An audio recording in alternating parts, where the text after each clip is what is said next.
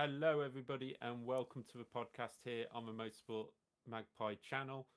Maybe changing it to Motor Magpie soon. Who knows? Because that's what everybody seems to know me as. But welcome here, as always. Myself, Dave. Don't know why I got a pen in my hand. And you've got Wajid. Hello, Wajid. How are you? Hello, back for the preview. As you'll be seeing, viewers get used to my face because you'll be seeing more of it. Yeah, I can't get rid of him. But anyway, we're here to discuss round two of the Formula One season that's coming up this weekend in Saudi Arabia. The the The Jedi, Jedi Grand, the the Jedi Grand Jedi Prix. Grand Prix. Wow, that would be an amazing one. That's staying in, by the way.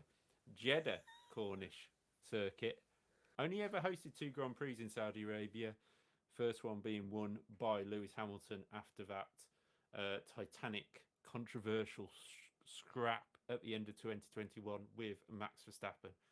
And then the scraps started for Max Verstappen yet again last year with Charles Leclerc in one of the races where Charles was actually one of the quicker cars, but Max managed to come out on top.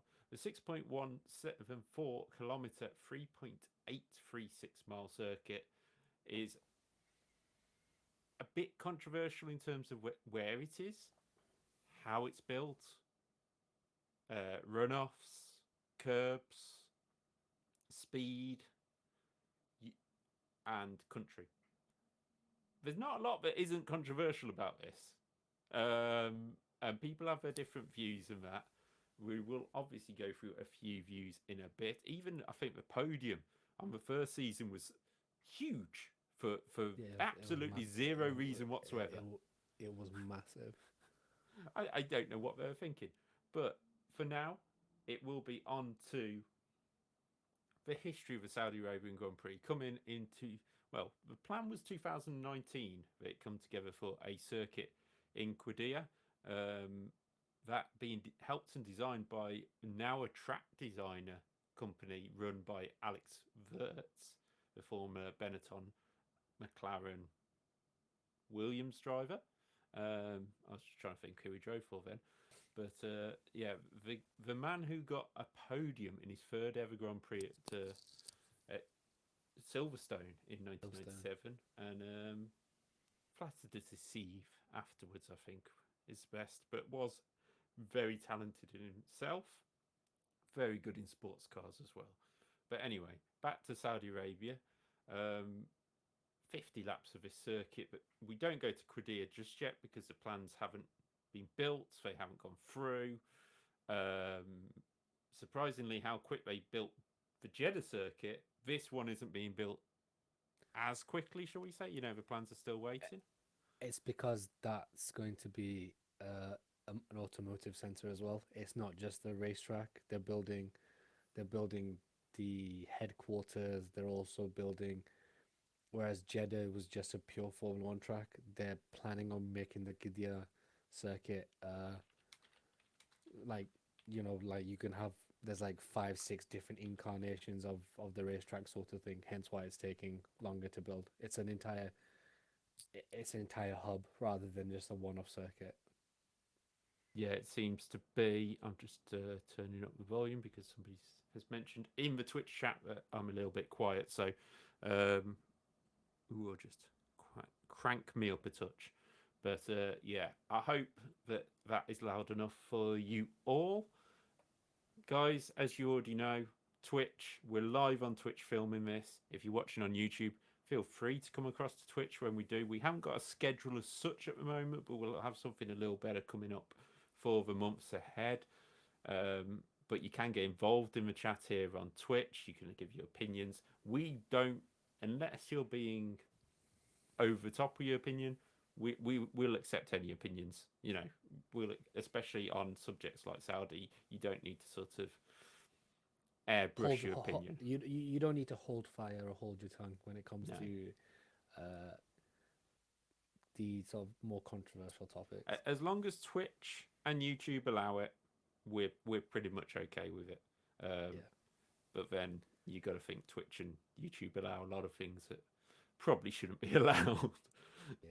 As long as nothing's sort of on the racial slash hateful Yeah. type, we're okay.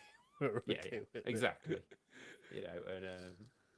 And yeah, that's where we just have to be a bit careful. But I'm very happy with views, as we've got one in already from one of our first subscribers, Matty, who says Williams win.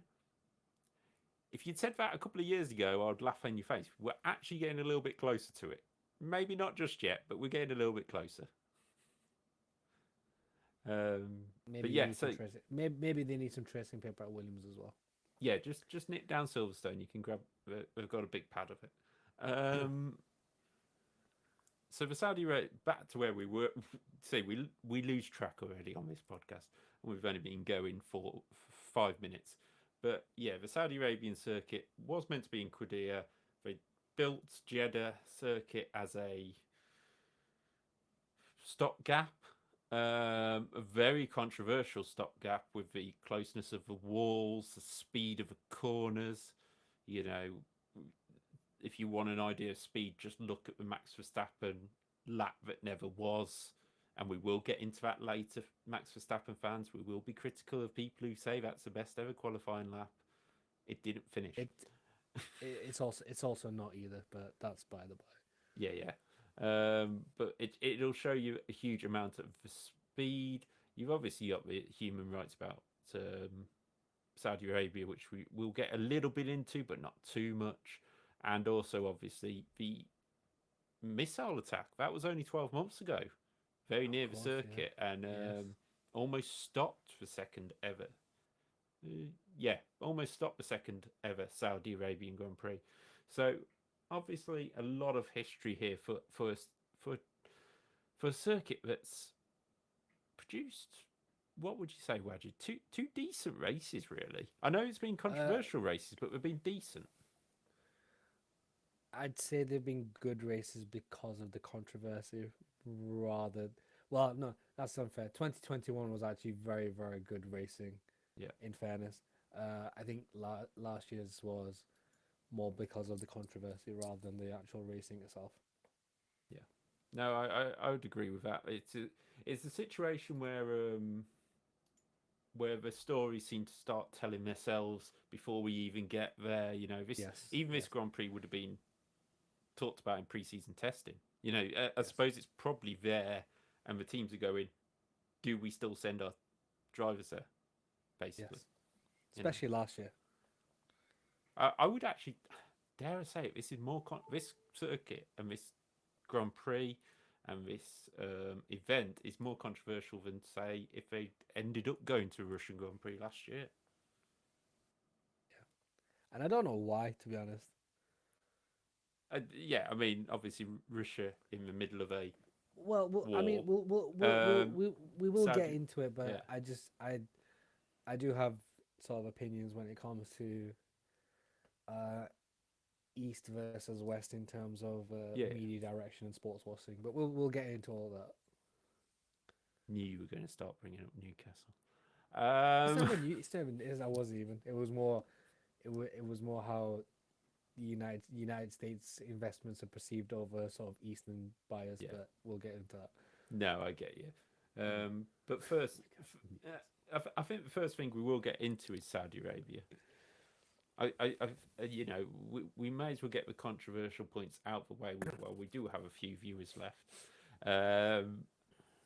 Saudi Arabia. We won't do after this, but okay. No. We'll start with why, because I think Wajid knows more than sort of my side of things on this. Why Saudi Arabia is such a controversial Grand Prix for the calendar to go to, especially when we're doing things like Races 1 at that time as well.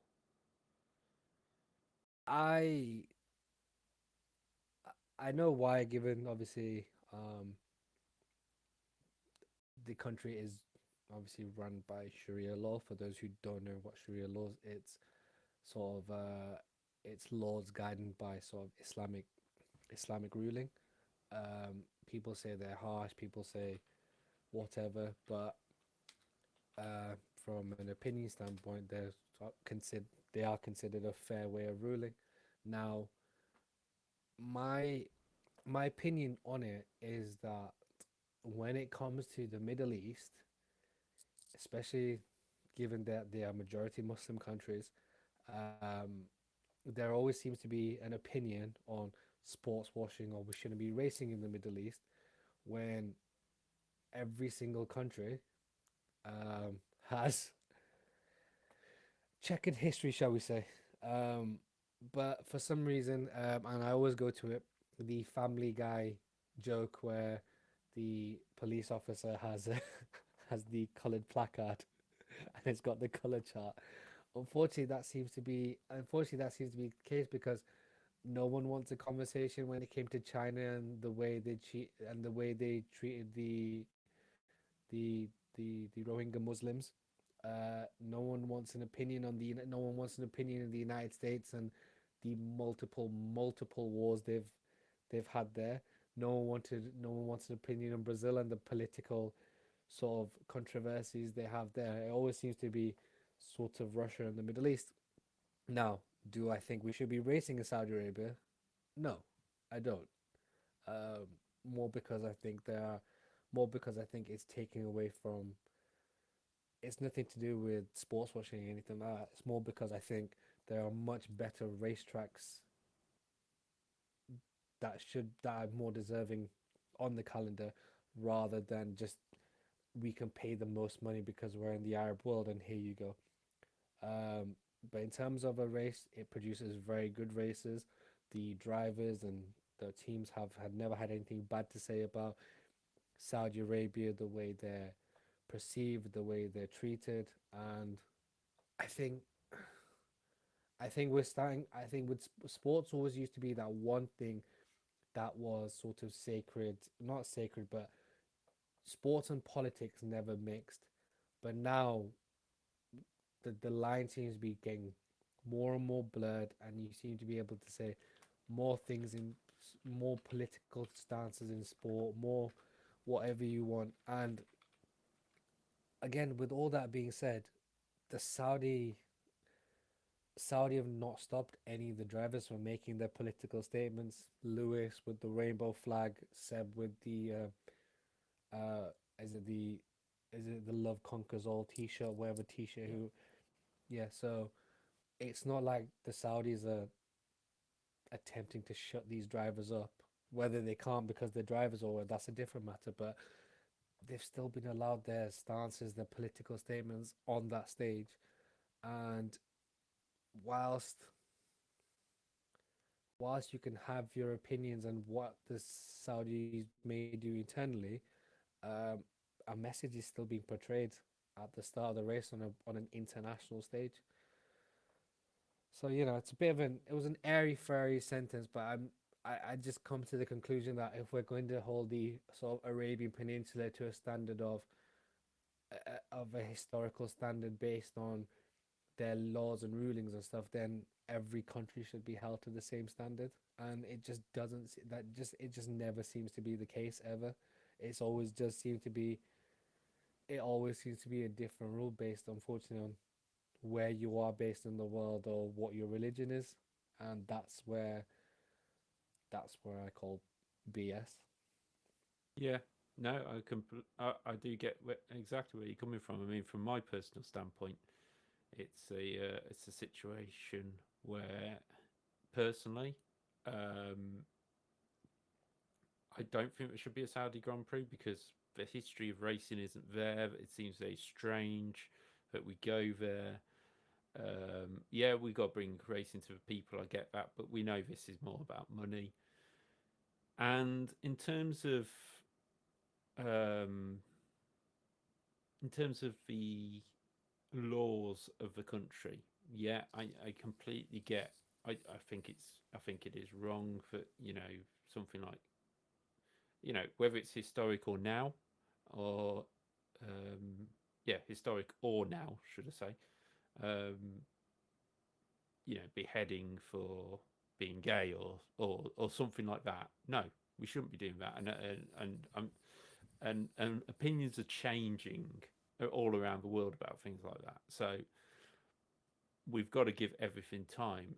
That like Wajid said, that they allowed the drivers to do their political statements, shall we call them, um, shows the progress that is being allowed, and actually us going as a Grand Prix there and them being allowed to do their political statements kind of just is kind of the impact that the people are asking for, because people say, oh, you shouldn't go to Qatar for a World Cup, you shouldn't go to Saudi Arabia for a race. But at the end of the day, I'm just thinking of the best way to put this, when you go to one of these events, you can highlight an issue and you can change an opinion. And I'm sure at some point in Saudi Arabia's recent history, whether it's very recent or not, you probably couldn't stand for what you thought was right, in some kind of way. It's same with Russia. Russia's got a similar issue as well. If you go up against the top government, you're not looked upon happily, shall we say, or you're looked at in a bad way. But these people were allowed to give these drivers their freedom to express, which was great, and it's kind of like mixing a cake, isn't it? It's not a cake until you mix everything together. And if you want people to be compliant in the world, you're gonna have to mix people. And I mean, Wajid will know this from and myself from being in places like Birmingham, for example, London, Bradford. There's a huge amount of people who have to come together, integrate, and at some point at the very start of that, it wouldn't have worked, because one side would have one opinion, one side would have another. So as soon as you start integrating, the opinions swap, and you do get to a stage sometimes where people go, yeah, I get you on that, or I get you on that, and a trade-off is made. But in terms of going to a country, I do agree with the point that if you go to a country, their rules, and if that's their rules, you abide by them. That's a respect thing at the end of the day as well. In fairness, I was just about to add that, which is there seems to be this thing that, well, because we don't accept your laws, we should shove whatever we believe down your throat, or what Yes. laws down your throat.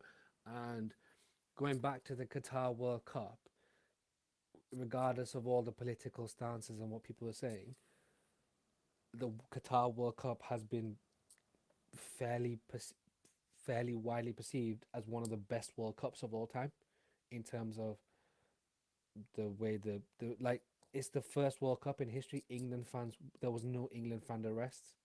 Yeah. Right, there was the first World Cup in history that, regardless of the infrastructure or anything like that, the fans seemed to enjoy the experience. And yes, it was memorable because of the games and stuff, and arguably one of the most memorable finals of all time. Yeah. Now, regardless of everything else, and let's also make it clear, the footballers had the chance to take the punishment of being handed out a yellow card to make their stance before the games. The footballers chose not to make the stance. Yeah. The FIA has said to the drivers, or to try to block political stances by the drivers were still going to make their stances before the races. That's nothing to do with governments or anything like that.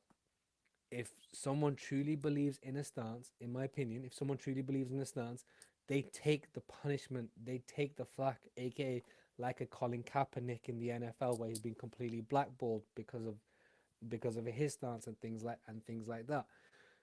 If you truly, I don't know if some of these sports stars, not so much in Formula 1, because in Formula 1 they generally seem to do what they want, but in other sports stars seem to want to say things for the sake of saying it, so they look like they support an argument but aren't willing to take the punishment behind it. So I don't even know if a lot of the controversy and stuff is just sort of the popular stance rather than people actually believing it. Yeah, I completely agree with you on that. And next up, our guest is Gary Lineker. No, no, we haven't got Gary Lineker on the show, but it's a hot topic at this moment in time, especially with opinions and things like that and politics. But what we're not going to do is hammer down your throat completely about Saudi Arabia. That's been 6-7 minutes of it, just to give you, there's a lot of people who probably won't understand what the full truth about why people are against the Saudi Grand Prix or against Qatar race or anything like that. So we just wanted to not influence, to inform you all. Shine a light, shine a light Yeah, on it, shall we say? yeah. Put a I light at the end of a tunnel and yeah, realize it's not a train. my my lasting opinion, my roundabout opinion is that you want to hold countries to a standard, that's fine, but let's not just pick it. Let's not pick and choose which countries we're going to do it. And if we're going to have stances and political stances, let's make sure we hold every single country and every single Grand Prix to the same standard. Yeah, completely agree. But what we are going to do now is we're going to actually talk about F Formula One. It's amazing. Hey, F1 podcast, we're going to talk about it. Let's start with something you brought up before the show, Wajid. Budget buddies. It hasn't been talked about, has it? The two no, teams that broke the cost cap on the podium in Bahrain. I've not Fire seen away. anyone. I have not seen anyone mention it. I didn't see it in broadcast. I didn't see it anywhere. It's not a great look, is it?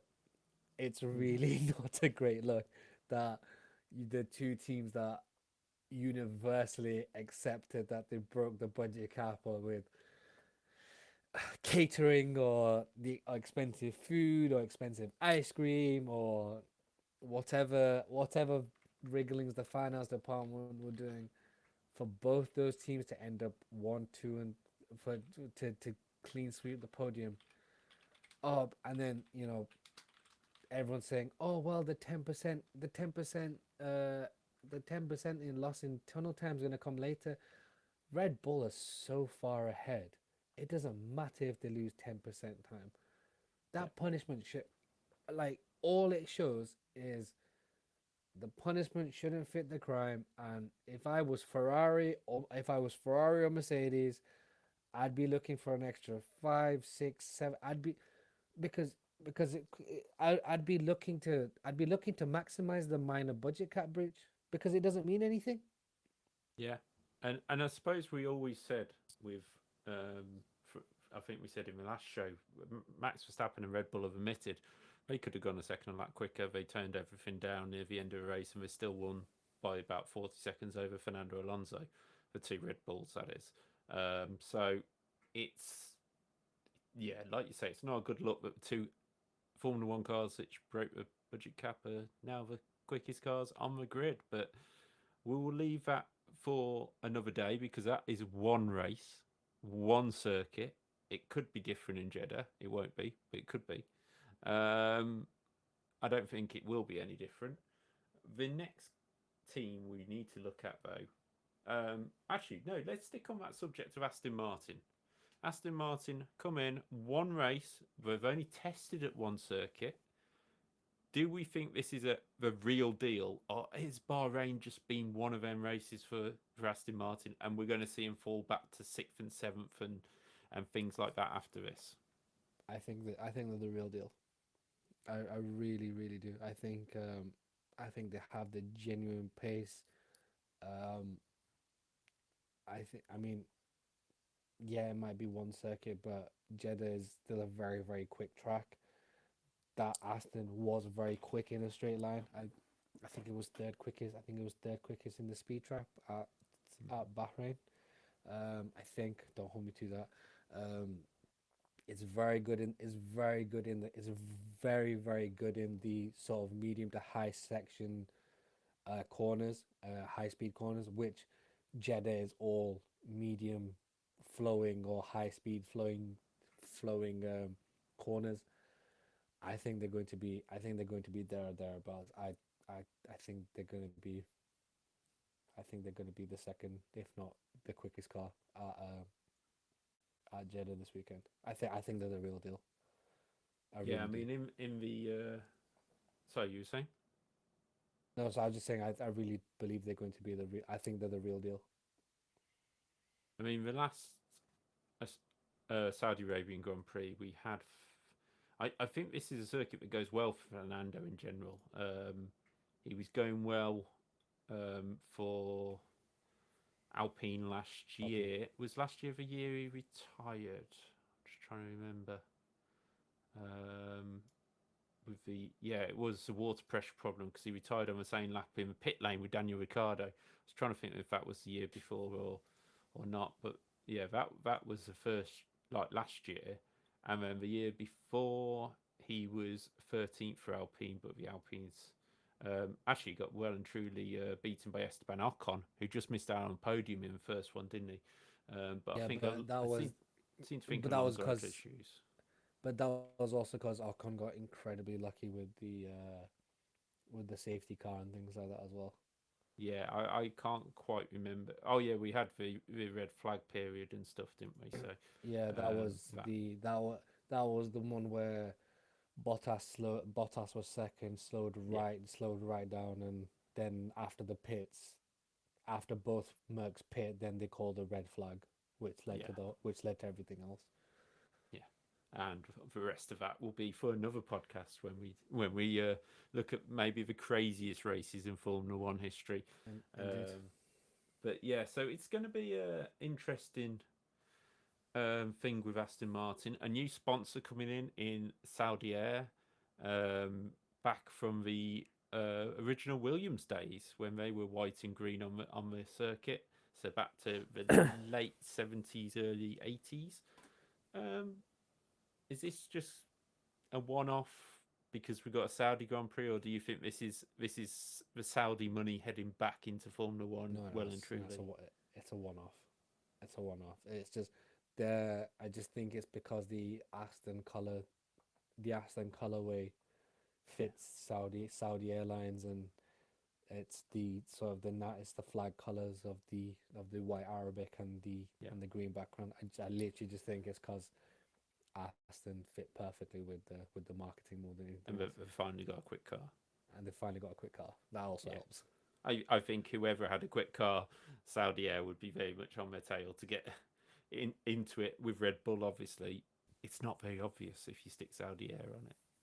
You know, Red Bull's going to be the predominant one, and not even a bag load of cash is going to change that. Yeah, so Alonso, Stroll. Obviously, we know Alonso's quick around here. We've seen it before. He had his battle with Ocon last year. Can Lance Stroll pull out a result this weekend? Maybe even beat his teammate if that hand's any better. I mean, it is a circuit which, if you hit the wall, it's gonna hurt. He's not being his teammate. I'm flat out putting it out there. He's not being his teammate, and Lance has never been good at at Jeddah. Whether it's bad luck, I don't remember if he's had bad luck or anything like that. But first year he finished behind Nicholas Latifi. That says it all, really, doesn't it? And last year he was the only, I think he was the only car to be lapped. Yeah, he was the only car to be lapped last year. So and that was a there was multiple safety cars in that race as well. So yeah, Lance has never raced well in Saudi. Just never gone well for him. I Which is think unusual Fernando's because he's done all right at Baku before. he's done alright at Baku, and obviously he's done well in Turkey as well, which again is a lot of medium high speed Yeah. corners and things like that. So um, we'll see how good the wrists. We'll see how good the wrists are with 2 weeks rest. We'll see if he can safely get out of a car rather than being helped out of a car. Um, Yes. I I don't I don't think Lance Stroll is a good driver. Okay, like, end of. I don't. I think I think given the car they've got, given the driver they have this year in Fernando, yes, he's not Fernando 2005, 2006, but he's still a very good driver. If you had a second driver that was on Fernando's level, you talk about a team that can genuinely challenge for constructors. Yeah, yeah, I I don't can think you have. understand that. I don't think you have that with Lance Stroll. Yeah, I can't. I don't think I can really um, put word to that because that's exactly how I kind of feel about it quite generally. So yeah, I praised him hugely for his Bahrain performance, and especially with a broken wrist. So it's going to be interesting to see when everything's healed. I mean, it's going to take a good 6 months to be properly healed up, I suppose.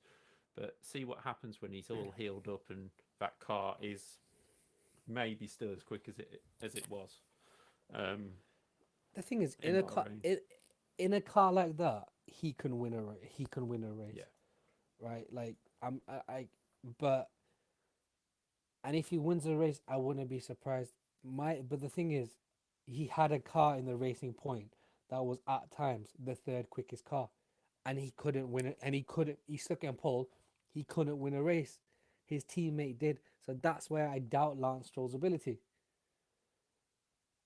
yeah, I completely agree. And you look at Turkey, he threw away a brilliant opportunity there with a two-stop when he just relied on what Force India, Racing Point, whoever were at the time, um, were telling him to do, and not trusting himself. So that's an interesting one. Um, sorry, I've just had a beep in my ears, so we've got to plug ourselves in. Uh, just to make sure that I can still hear everybody and Wajid. So there we go. We won't have anything else disturbing my hearing now. So, but yeah. So I So mean, yeah, carry on. no, I was just gonna. I was just gonna say let's actually sort of get into let's get into the meat and let's get into the meat and potatoes of the preview. Yeah, Obviously, for the last 3 years, Red Bull, well, the last 2 years, sorry, coming this year, Red Bull have either been the quickest or the second quickest car. Um, Max, as we said, utterly dominating in Bahrain. For all yeah, those who've heard the for all those who've heard the radio calls, um, you know, they told him to slow it down, maintain the pace. There was nothing going on behind you. Um, Dave, I'm gonna put this to you. go on. It as it says in the sort of the links as sort of Yeah, the titles below. Is this a one horse race? Saudi possibly title. No, I still I'm gonna stand by what I said in the preview show from the season. I still think wherever Mercedes are, they're in a better position than they were last year in terms of the car because they're not constant. They can try and set this car up properly instead of messing around trying to stop porpoising and whatever. And I still think Mercedes can pull this back. Ferrari, I think their season's just gonna trot along, get all the Cheltenham jokes out. It's just going to trot along and just maybe fall at a middle hurdle or something because I just don't see it. I don't see them being able to jump every hurdle throughout the season and build a car which is going to get them to where they do. So for me, Ferrari, stick with what you got. Bring a few updates. I don't see you out developing Red Bull. So I think there's been no proof of it for Ferrari for years. Um, in terms of Mercedes, I think they can, but will they? That's a completely different kettle of fish. Luckily, they've got the extra wind tunnel, the extra time CFD wise. So understanding that they've got more than they had last year because they were third in the constructors this year. So yeah, possibly. I still think Lewis is maybe not George because of performance in Bahrain, but I think Lewis can still pull a rabbit out of the bag for this one. Speaking of Lewis, he pulled up Mercedes this week, didn't he? Before the Saudi Arabian Grand Prix, saying, "You should have listened to me last season. I know what a car." This is a brief explanation of what he said, because I haven't got the quote in front of me. But he's basically said that, I've driven enough cars in Formula One. I know what the car needs, and you haven't listened to me from last season. Wajid, is this the first crack we've seen from Lewis and Mercedes? And if so, and it's an idea that Lewis could leave to get his eighth title, where does he go for that title? Just to add to that quote as well, he also said it was like the McLaren days where they didn't listen to my opinion, which was very very interesting. I said, believe I said in the preview show for the year, I said if Lewis goes anywhere, he goes to Ferrari. I maintain Lewis Hamilton will have talks with Ferrari. Whether he goes to Ferrari is different, but I believe there's something in that relationship with Fred Vasseur and with Lewis. Like Vasseur bats for Lewis like no tomorrow, and I think a driver. I think Lewis Hamilton in the Scarlet Ferrari. There's the adage saying, every driver wants to drive for Ferrari. It's the oldest team. It's historical. He's better that he even at this age. Or I believe he's 37. He turns 38 this year. I believe. Even at this age, you can argue on his day he's the best driver on the grid. It's still probably a toss up between him and Max on a given day if you gave him the same car. I don't know. They're just some. I think it's the first time there's been genuine frustration with the Merc direction, with Mercedes, with Lewis. Yes, they've always given him a winning car, title-winning car, etc., etc. But I feel like this is the first time there's genuine frustration and not so much animosity, but there's definitely something. There's definitely something in the water at Mercedes that's not poisoning the water, but tainting it, shall we say? Yeah, and to be honest, I've got to be honest. I don't see anybody else but Ferrari in terms of where he would go. I'm not saying I believe he will go. I just don't think there's any other team he could go to be honest. And but yeah, it's the first crack we've really seen from Lewis in terms of Mercedes support. He's always been quite motivational, but this is the first time a quote's come out where he's not 100% sure on it. So it's going to be interesting to see whether that continues in Saudi Arabia. We know he's good around the circuit, so let's see how things go. Do you sorry. Do you think? Sorry, I was gonna say, if you're Ferrari, I think I said this. I asked you in the preview, but I'll ask you again. If you're Ferrari, and you genuinely believe there is a serious chance of getting Lewis Hamilton, if for 2 years, let's call it 2 years when he reaches 40, you have Lewis Hamilton in the car for 2 years. Do you take that if you're Ferrari or not? I think you take the chance to get him. Whether he'll go, you've got to also look in the history. Who's gone to Ferrari in the past and not made it work? Because it's a longer list of greats who have gone to Ferrari and not made it work than greats who have gone to Ferrari and made it work. You could say, even going back to the start, you've got Ascari, you've got Schumacher, you've got Villeneuve. Yeah, he's kind of making it work, but didn't really work too much. Louder. And then you're struggling. Kimi. To be fair. Yeah, but did you not call Kimi a great driver? Yeah, but did it really work? Yeah, he got a world championship 1 year, but did it really work year in, year out? No, okay, fair enough. In terms of a position that he was always challenging, I mean, if he didn't even challenge in 2008, really, it was massive. No, fair enough. I still think Kimi was great for Ferrari though. But then you go to teams that or drivers that went there that didn't work. Prost, Mansell, Senna had talks and never went, and he talked to Enzo Ferrari himself. And I don't know what it is with Ferrari, but it always seems to turn towards second driver a little bit as well. You know, you can look back. Massa, after Kimi won the title, Massa was the backed man. Barrichello was one of the only drivers to really get anywhere near Schumacher through his glory years. You go back to Alboreto needing to lead the team in the 80s because they couldn't get somebody in. Mansell and Prost. Prost was meant to be number one. Mansell was the person getting Mansell was winning or retiring pretty much in that Ferrari, but he really took the challenge to Prost like something chronic, but obviously Ferrari and Mansell didn't quite work.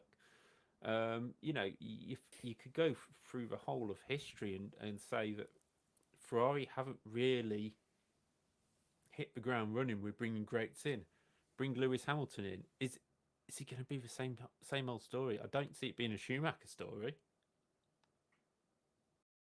Whether he could grab a championship like Kimi, different kettle of fish. But if you're Ferrari at this moment in time, you're coming to nearly 20 years. There's not been a world title. If you're Ferrari, do you not think at this moment in time you just need someone to break the duck? And you can build from the duck break. I'm just playing. No, I'm just playing devil's advocate here. I agree, but the issue with Ferrari, and it's a common theme with Red Bull, but they've got so many more.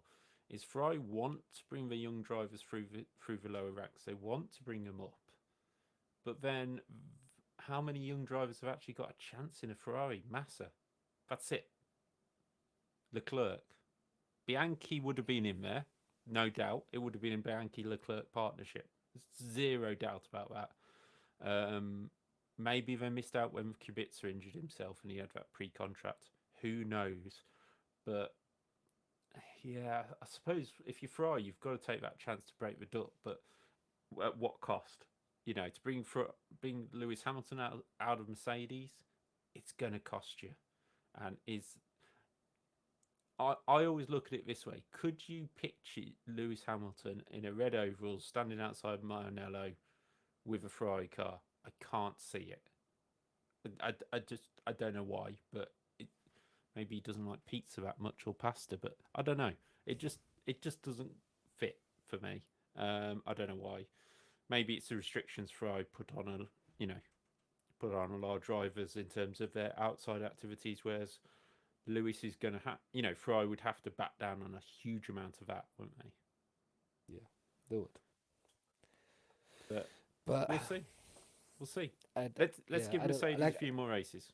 Like I said, I was just playing devil's advocate. So It's always worth throwing that thought out there. But so that we don't make this too long for you all to watch, we are going to move on to the predictions now. I've got my trusty notebook. I haven't gone computerized just yet. We will keep the trusty notebook. We're going to go through our predictions, the top 3 for qualifying, the top 3 for a race, and we're going to go for our 3 wild predictions. Currently, both of us on 2 points out of 9 because we were rubbish in Bahrain. Well, absolutely awful. Maybe we just expected too little of Red Bull or too much of the other teams. I'm not sure. I think it's probably too much of the other teams. But Wajid, we'll take your... I'm just going to lean back for this so I can write. Your qualifying 1, 2, 3, please. Max, Fernando, Leclerc. So Max, Alonso. Yep. Leclerc. Okay. Well, for me, and this is probably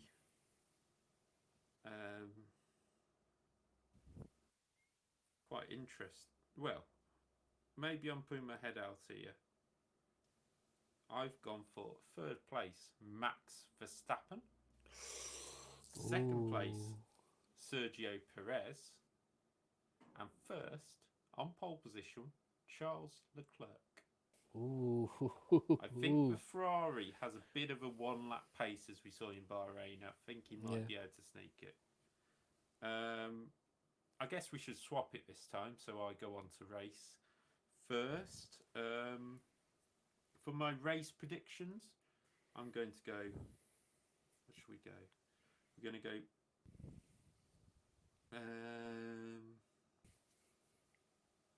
I've got to put in a prediction which goes with my wild card, by the way. So we'll get onto that in a minute. I'm going to be pretty boring, I think, with my race predictions, and I'm going to go third place Lewis Hamilton, second place Sergio Perez, and first place Max Verstappen. Sorry, guys. I'm not going boring because of my predictions. Sergeant. So, not that out there. But I'm also going third place Lewis. Okay. I'm going second place Max. Yeah. And I'm going first place Fernando.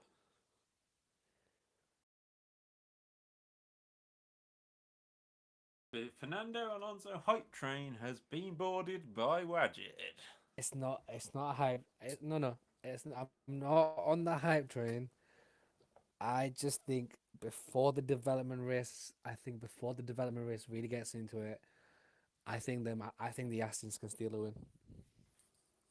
Possibly. So we're going to move on to our wild cards now, and we'll do these each. My 3 wild cards are a Mercedes podium. Well, I've obviously predicted Lewis Hamilton on there. Oscar Piastri to be out in Q1.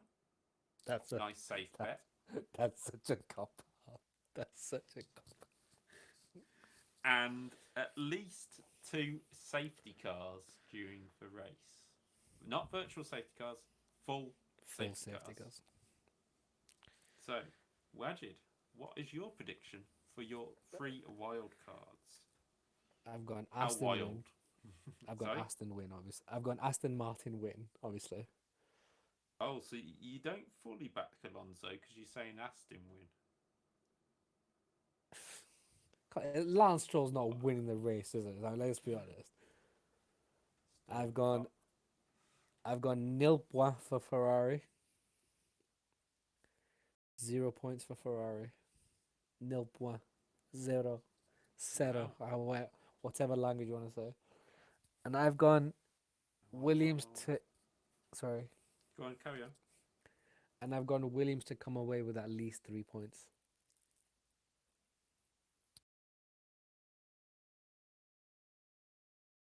If Matty's in the chat now, he is jumping for joy right now and saying, well, why aren't you saying we're going to win?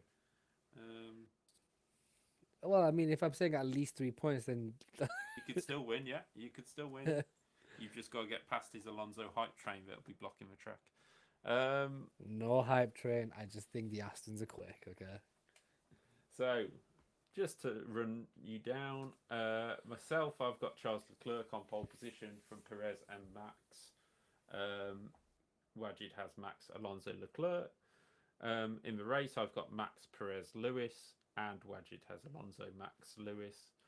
And then we have the 3 wild cards each of Wajid having an Aston win, 0 points for Ferrari. That's a 0, naught, nada, and 3 points for Williams. Yeah. Have we had the no, we haven't had the Eurovision yet. I'm sure it's not me on now. Anyway, is it? I thought it was me. Oh, it might be me. Could be wrong. Who knows? Could be wrong. And my wild cards were 2 safety cars, Piastri out in Q1, and Mercedes podium. Even though Wajid thinks I'm copying out just to make sure I get a point. I've put Max and Perez 1 too. Maybe it's Piastri, just if, cop. Pi- Maybe it's just cop out week. if Piastri ends up in Q2, I'm gonna laugh. Yeah, probably. He'll probably end up on pole.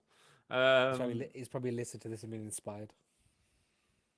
If Oscar is listening to this, I'll see you on iRacing very soon. I've seen you enjoying the Formula Ford. Maybe you should fly to Saudi Arabia and drive something with less downforce than a Formula Ford. Your McLaren. Yeah, I'm not going to get an invite down to working very, very shortly. But Cool. We've managed to annoy Red Bull. We've managed to annoy McLaren. That's two. Let's work our way. Saudis. The Saudis. Well, I have Yeah. not annoyed this. I have not annoyed No, the Saudis. you haven't. You haven't. I defended the Saudis. You defended the Saudis, but yeah, what a joy this has been. But we will see what happens in Saudi Arabia. If you are watching on Twitch, thank you for joining us. If you are watching on YouTube, come and join us on Twitch when we do these live shows. Will we see Max Verstappen romp to another Saudi Arabian victory, or will it be the Saudi Arabian Knights that draw in for Fernando Alonso to jump up onto the podium as Wajid predicts? Will we see Mercedes finally pull that one out of the bag? Probably not, but you know, I've got to say something at the end of this video. Wajid, thank you for joining us yet again, and you'll be joining us for the review show Monday, I presume, but we will see. We'll see how life goes for everybody. But yeah, thank you for joining us, Wajid, and we'll see you next time. Thank you very much. And for everybody else, please like and subscribe if you're on YouTube. Come follow us over on Twitch, and that will be it for now. Is it a one-horse race? Let's wait and see, but we'll let you all go and enjoy practice, qualifying, and the race down in Saudi Arabia. Remember, it's a late one for us in the UK. It's 5-6 time. Remember your Canadian Grand Prix times. It's kind of strangely roughly about that, I think. Isn't it? Yeah, I believe qualifying's at 5 and the race at 6, so it's the other way around. Yeah, so have your Sunday roast at dinner, sit yourself down, have a Sunday kip, and then put the race on if that's what you like to do. But yeah, certainly for now, we will see you very, very shortly. And for people on Twitch, we'll still be here for a few more minutes. But for you on YouTube, it is goodbye, and we'll see you for the next video where we will be reviewing the Saudi Arabian Grand Prix. Goodbye.